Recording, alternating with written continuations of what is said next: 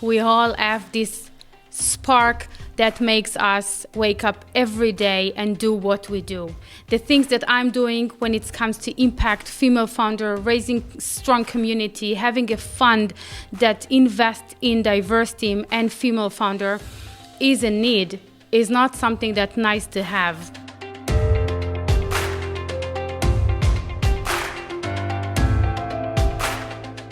Hello, Patric, and welcome to my talk show. How are you? I'm very good.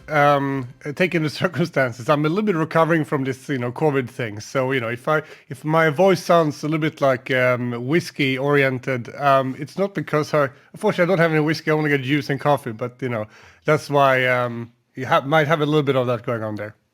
You look great and you sound great, and I'm super happy to have you today. What is keeping you busy these days?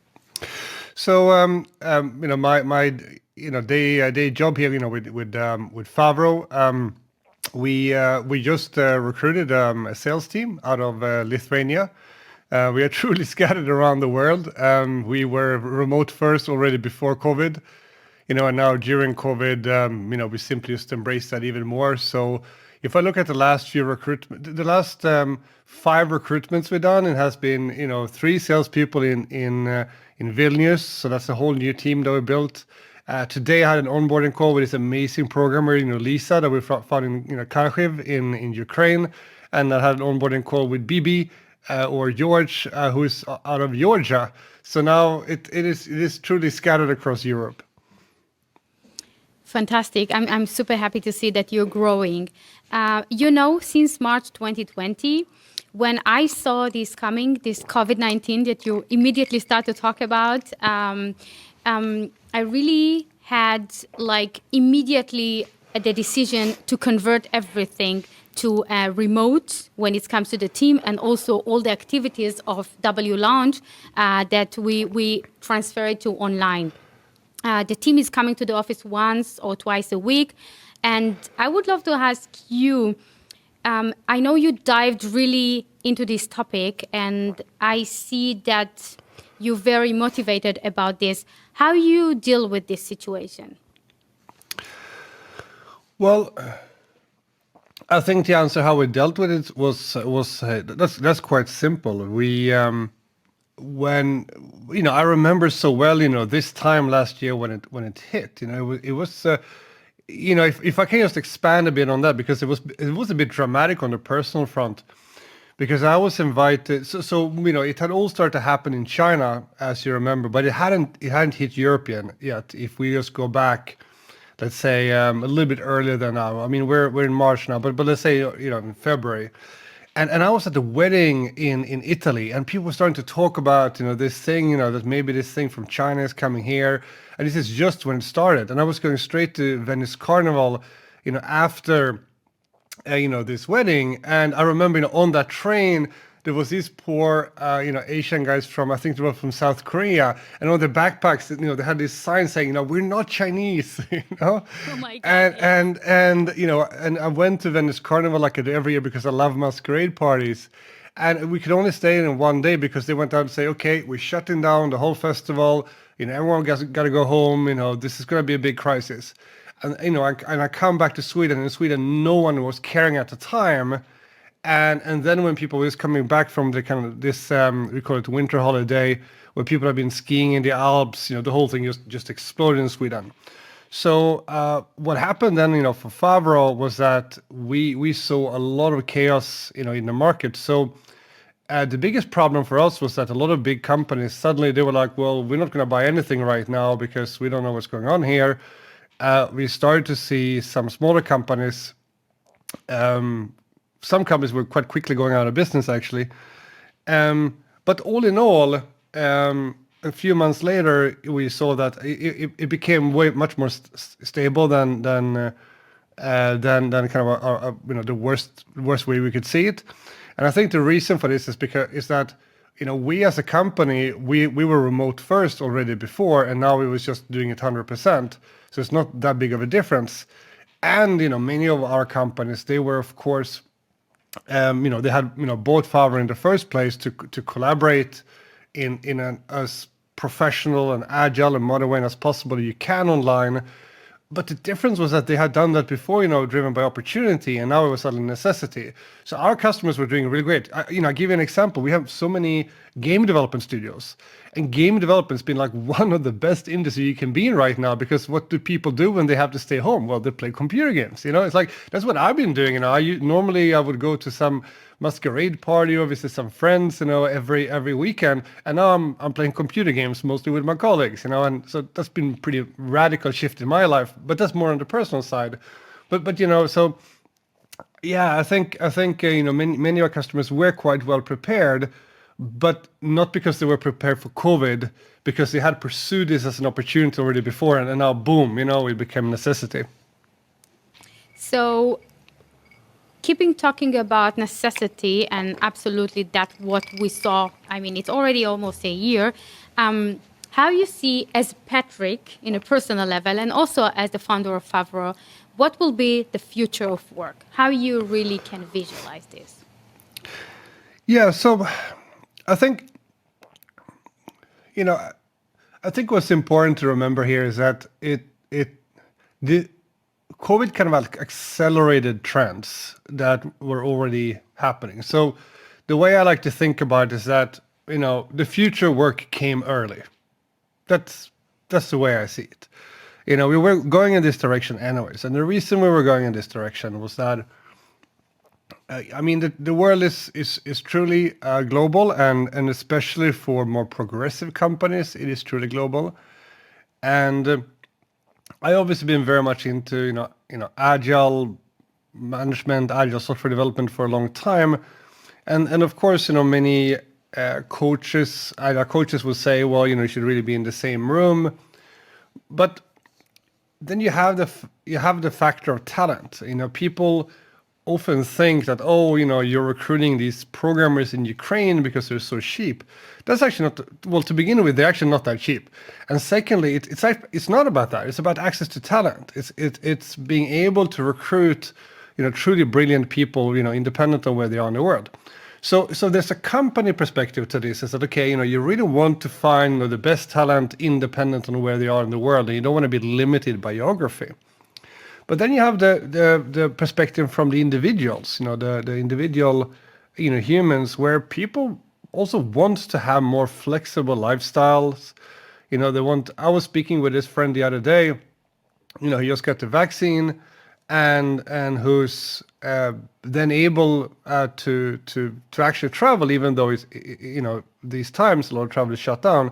But as we're seeing now, there's starting to become more and more movement towards these kind of passports, vaccine passports.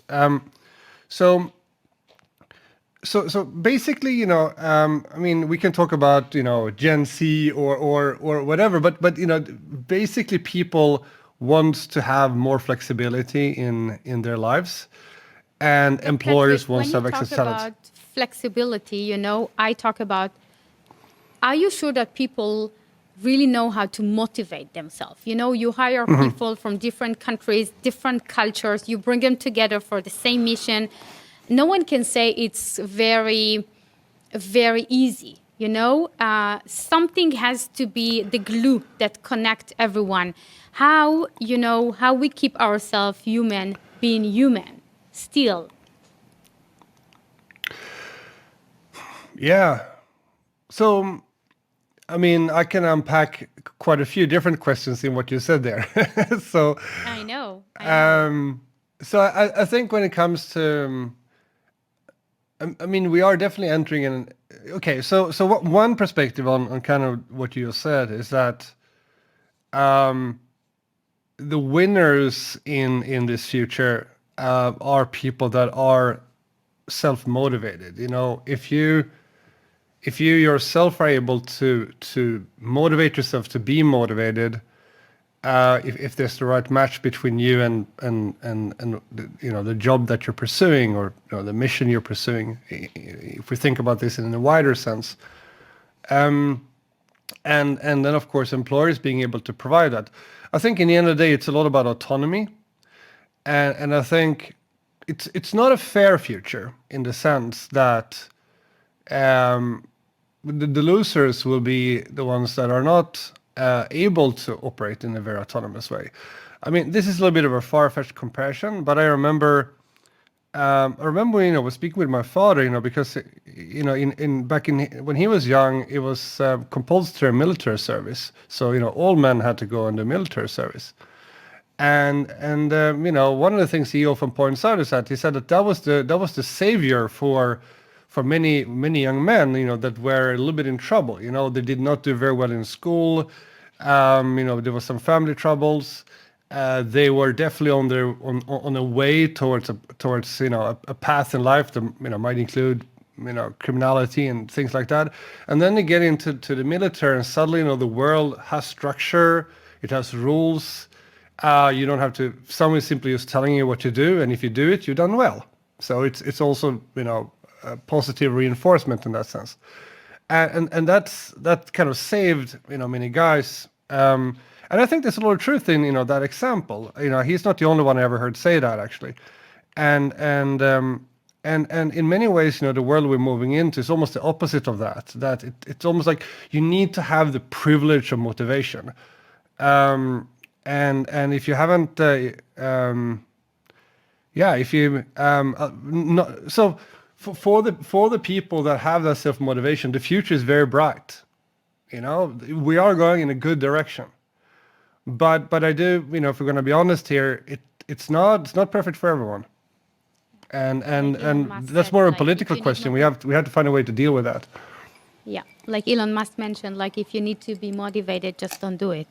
This is also a way to look at this.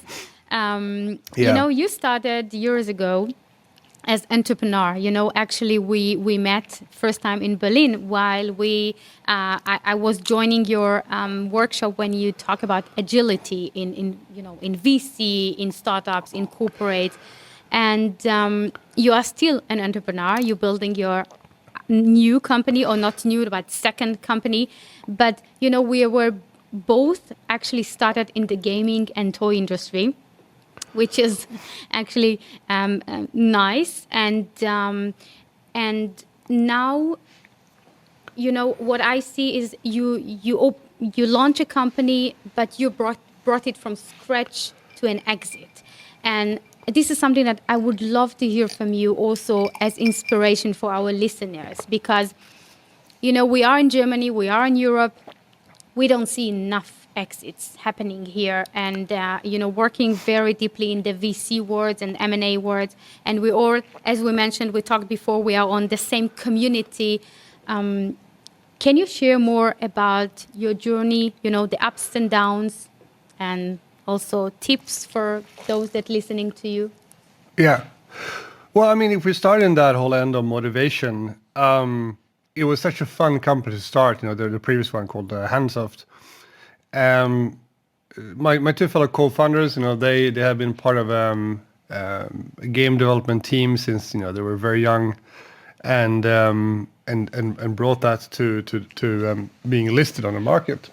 And what we saw back then was, how a game production was going from one little team, that could do something together that would become a AAA game, to that you needed to be, 50 people, 100 people. So basically team of teams to make a AAA game. And that is, such a massive challenge. And, traditional ticket trackers, everything from Jira to traditional product management tools, etc. It wasn't just doing it. I saw this amazing quote the other day that basically captured the whole business idea we had back then, and actually in many ways the same idea with Favre. He said, using traditional planning is like it's like you plan every move of a game of chess, and you play it that way. And it's actually a good quote, because it's like, I think most people will be like, well, that's not a great idea because there's going to be things happening on the way. Well, exactly. And that whole challenge of, handling the fact that things are changing all the time and you need to constantly adapt, to that, I find to be so interesting. And I remember, I have a little bit of a military background, because I did military service, and I did it mostly because we have several officers in the family on my father's side, and I thought, I was brought up relatively conservatively. I went to church and I was supposed to do military service. These are the two things to become a man. You need to develop your heart and you need to develop your body, and so I did that without putting too much thought into it. I actually thought you have to remember I was very bohemian, as a high schooler. I had long hair and and I didn't think I would like military service, but I still thought I should do it. But actually, I super liked it. I learned so much because it was the first time in my life I was put together into this group with people from so many backgrounds. It was so diverse.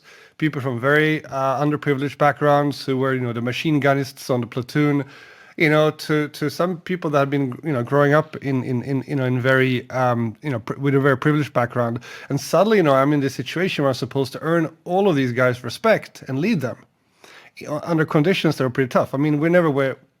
Sweden hasn't been in a war for a very long time, so we're never in a real war. But, if it's minus 40 degrees Celsius and you're out doing things in the Swedish mountains, it's still tough, So I just learned so much from that. And then after that, I was like, okay, this whole dynamic of, what makes a team performing really well versus the team who does not perform really well. It's such a big difference. It's so fascinating, the psychology in how these different teams work, and it's so especially when I got exposed to programmers, because the difference between a team of programmers that are mediocre and a team of programmers that are performing in an amazing way, that is, it's 10x. It's not 10x. It's 1,000x. It's crazy. And I find that so fascinating. So, being able to jump into starting a company where the idea was, okay, how do we how do we make a tool that makes, the planning work, better for these kind of teams and suited for more, let's say, a little bit more creative kind of challenges. I thought that was just so enormously fascinating. So I know I'm not fully answering your question. I kind of get a little bit stuck on my motivation, but it's such an interesting problem. The combination of what makes humans do extraordinary things in combination with tools. Because if we think about what is unique about us as humans, we are we're quite limited. If you would take 100 humans and 100 chimpanzees on an island, the chimpanzees would win. We would lose. The only thing that makes us strong is our ability to make tools. And to be kind of bigger than ourselves, through our ability to make tools. And obviously the computer is kind of like the ultimate tool we created. So that whole thing was such an interesting thing. And then, when you pursue something with passion, it's easier to be successful. And when you're successful, well, then there will be value. And that's, of course, when an opportunity to make an exit comes. Let me use the word passion to lead me to the second topic that I really waited to talk about with you. And by the way, the army things is very common to us. We've been through in this, and I'm very attached in every second word that you just mentioned.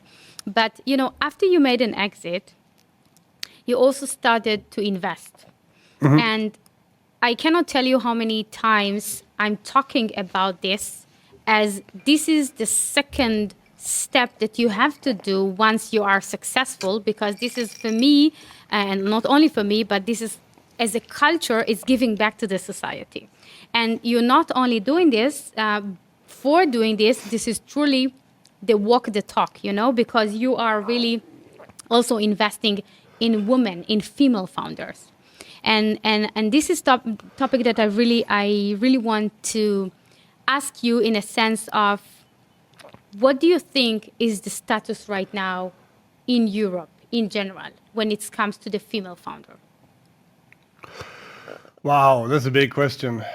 Well, to be honest, I don't... to answer that as Patric, okay? Yeah, it's not an answer like as a politics, but try to answer that as Patric. Yeah, but I think... I think it's very hard to not be political, with that question. And also, well, to begin with, I don't think I sit on enough data points to truly be able to give. There's a couple of answers where I think I have enough data points to give an answer on what is the state of X, Y, and Z. I think this is a question where I don't have it. So I really want to be very humble about that. I mean, I think we can conclude that the state is not great. If I just take I'm Swedish, so if I can start on that end, I think one of the issues we have in Sweden is that we pride ourselves on being the most gender equal country in the world. But when it comes to business, we're actually not that great at it. If you look at the number, so we have pretty much 50-50 when it comes to men and women in the parliament. I think it's even a little bit more women. And there are some other kind of walks of life in Sweden where things are pretty equal. People often associate Sweden with a high level of equality when it comes to how much time is being spent taking care of children, at a young age, how the insurance system works around that, etc. So there's a couple of really good things. But when we look at data around business leaders, Sweden doesn't look super. There are other countries that on the surface might be seen as less equal, but are actually, in this particular when it comes to this thing, are actually more equal than Sweden. So I don't think we should be overly proud of ourselves on that, because I think we're not doing. I think this is where we get into the political side of it, but I think in Sweden there's also a little bit of a charade around it. It's a lot of playing gender equal, and sometimes putting value to things that are symbolic but not real. There's a lot of that kind of stuff going on in Sweden that I think is bad. But you're also quite active in Germany, I would say Berlin. So you probably see I would say same situation, but even lower. Lower percentage of women founding companies, definitely taking it to an exit. Mm-hmm. Yeah, but you know the joke. We call Berlin the south of Stockholm, because it's kind of like in Stockholm, if you move to the south part of Stockholm, that's kind of like a little bit more cool. But then if you're like, okay, well this is not cool enough, I need to go more south, then you go to Berlin. So it's a pretty big community of Swedes in Berlin, especially in tech. So yeah, I feel like I'm avoiding your question a little bit, which is not my intention. It's just very, very hard. I know I get used to it. So yeah, the status also. So I give you an example of one of the things that I think is problematic, because I think it has a lot to do with role models, there's been a lot of positive change recently, because one of the most important things we can have to change things is to have women that are angel investors. That's one of the most significant kind of changing factors you can have, because starting to change, let's say the leadership of the big corporates, even if they are working on it, it's just naturally a slow process. But if we want to do big impact fast and change the minds of young people going from college into work life, that's one of the areas where things can change. One thing that actually made me very sad, I was so optimistic. I was invited to participate in kind of like a career fair kind of thing that was only for women that studied programming and IT here at Uppsala University, which is a very prestigious university, going back to 1477, but it's also a very conservative university.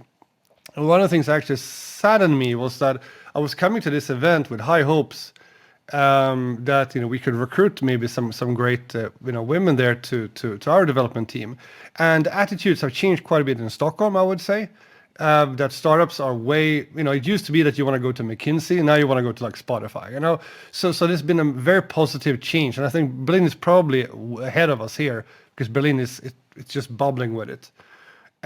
So I was going there thinking that would be kind of the attitude, but what I actually met was really an attitude of everyone I spoke with were like, well, why would I go work for a startup? I have this great education. That sounds very risky. If I have the chance to work for an established company, of course I'm going to take that. And they kind of saw working for a startup as like the second best. And I was trying to make this example. There's a great Swede working in Berlin now for Cherry Ventures called Sofia Bent, who used to be at Atomico. But the thing that put her on that path in the first place, and she's been doing a lot of angel investment, is that she joined Spotify very, very early, super early. So she joined very early, got a lot of options, And that's what created this opportunity for her then later to pursue these amazing things. And if women aren't making that choice at that point, like early in the career, it's like, okay, I'm gonna go to this bank or this consultant or this big corp, or am I gonna join this really cool startup? If they don't make the choice of joining that startup, I mean, not everyone is gonna succeed because most startups fail. But then there's no one going to that next level. So that one is that's a really important point, and I think the responsibility are both structural and individual. That we structures in society need to change to make those choices, to make that choice that maybe is a little bit more risky. But if you really think about it, it's actually not more risky. But I think it's also an individual responsibility to to dare. And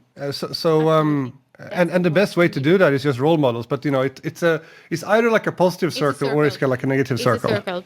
Yeah. And this is exactly what drives us, to raise a fund, to support this mission, to fund more women, and to actually attract more women to become a female investor.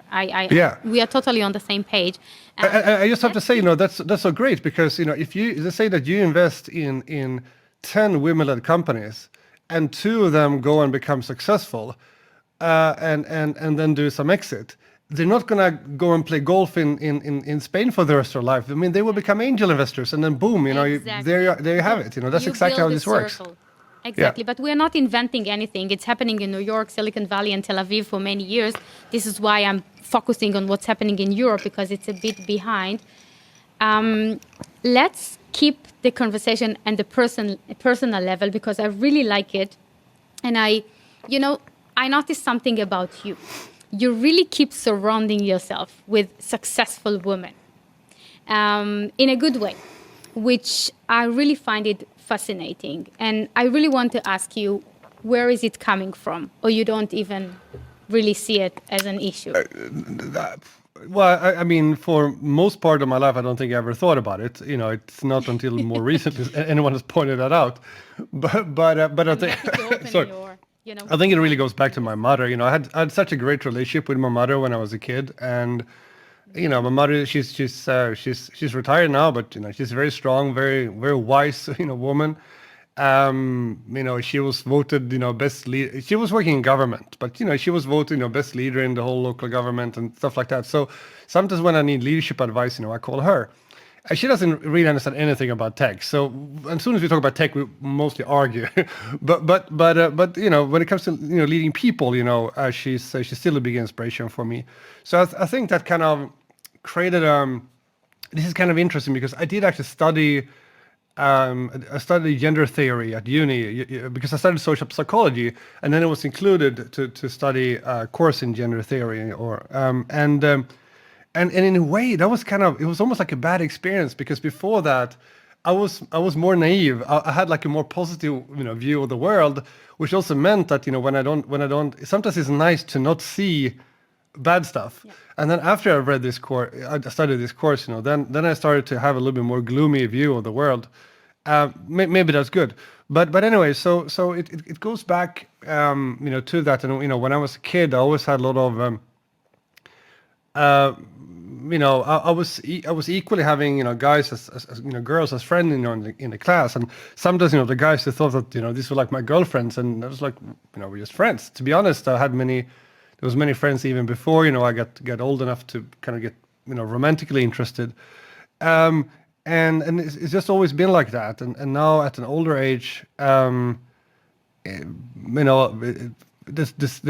business, and I think, I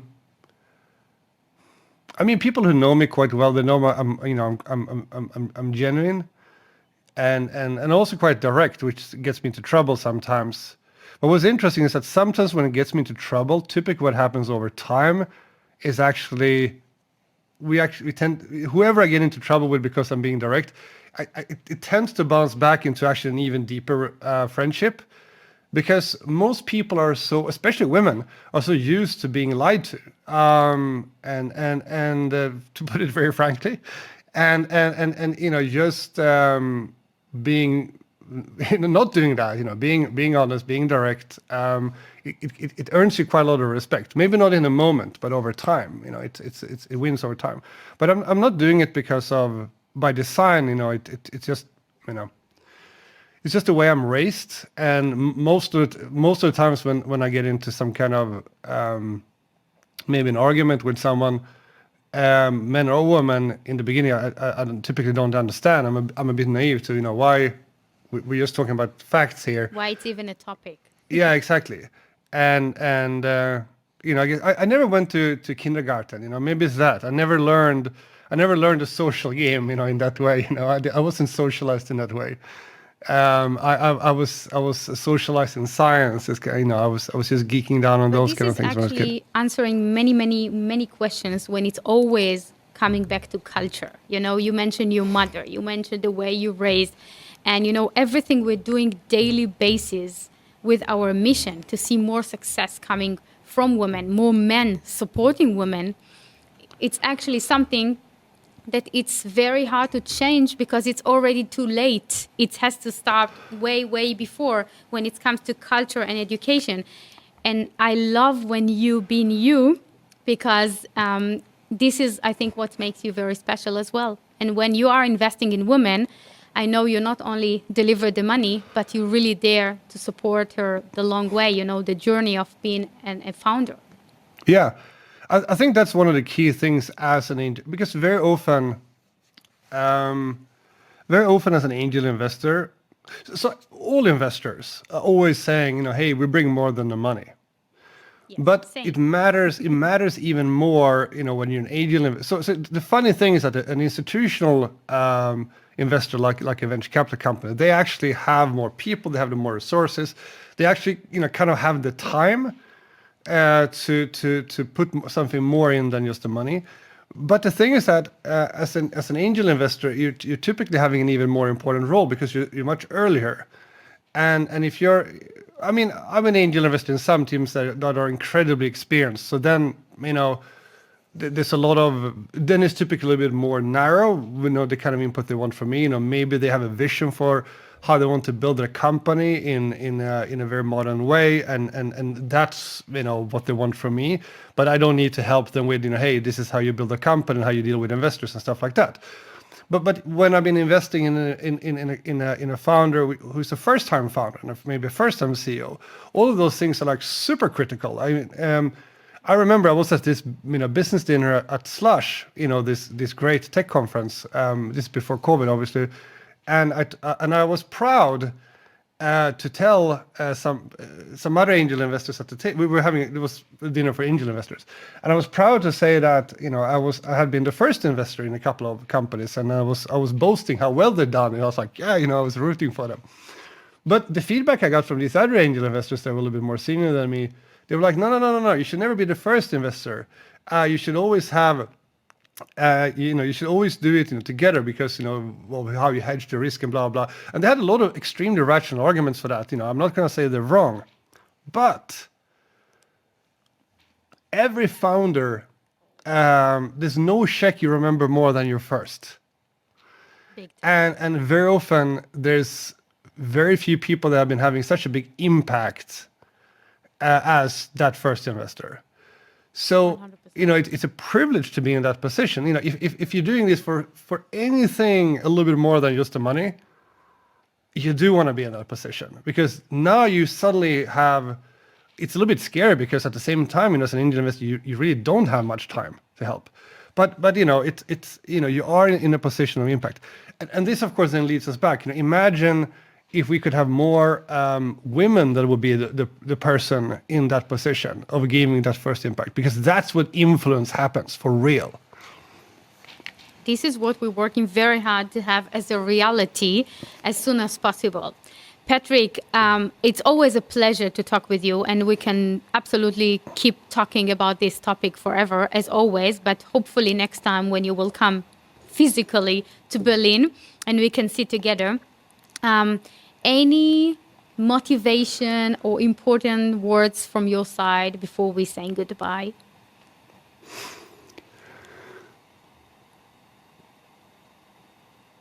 Well, you know, it's in a time like this, it's a pretty good time to, you know, the relative risk of making a passion bet on what you want to spend your time on is in a way relatively lower, right? Remember that most companies are being formed in bad times. You know, if you can build something that can survive during these conditions, it's going to thrive, you know, once we're out of this. So, you know, this is a pretty good time to not actually keep your head down, but